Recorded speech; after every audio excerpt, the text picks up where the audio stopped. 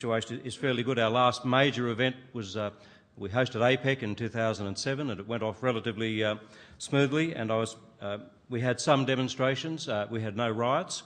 I was aware of the comments of Michelle talking about the demonstrations currently going on in Quebec, and no one is showing the wounds suffered by the police officers, but we're seeing a bit more about what happened to the students. So one of the things we did do during APEC was there were some police officers injured. Among the demonstrators was a mentally ill person. Well, may have been many mentally ill people, but one of the demonstrators was mentally ill, and he threw some darts, and one of them pierced the skull of one of our police officers. So we immediately put those police officers into the media, and they were able to talk about their experience. People could see the injury. There were very graphic photos of a dart sitting in a police officer's ear. So very quickly that way we were able to get the sympathy of the community for our situation.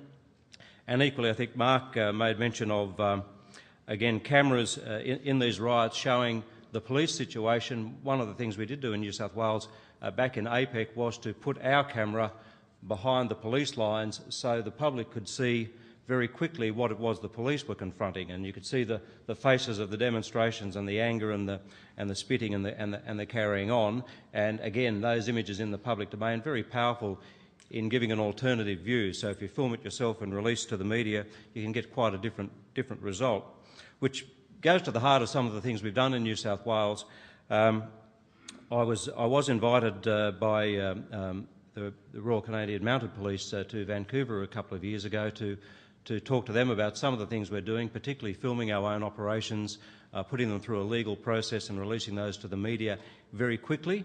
And my counterpart at British Columbia Mounted Police was very excited about this possibility prior to my arrival, and on the day I arrived, it wasn't a great day for the Mounties that day. They were in a bit of a crisis situation. I think you had the issue with the tasering death at the airport, and then there was also an issue of some mountaineers. A woman died on the mountain slopes when there was very slow police response. So he was in the middle of a crisis, but he was very excited because he had taken his corporate video cameraman and given him an assignment to go up and shoot some seizing, I think you call them grow-ups in Canada, we call them hydro houses in New South Wales, and raid of a hydro house, seizing of crops, and the corporate cameraman filmed all of this activity, as we do in New South Wales, only to have it confiscated by the officer in charge. So still got a little way to go there. I don't know whether they're doing that yet, but it's one of the things we're doing.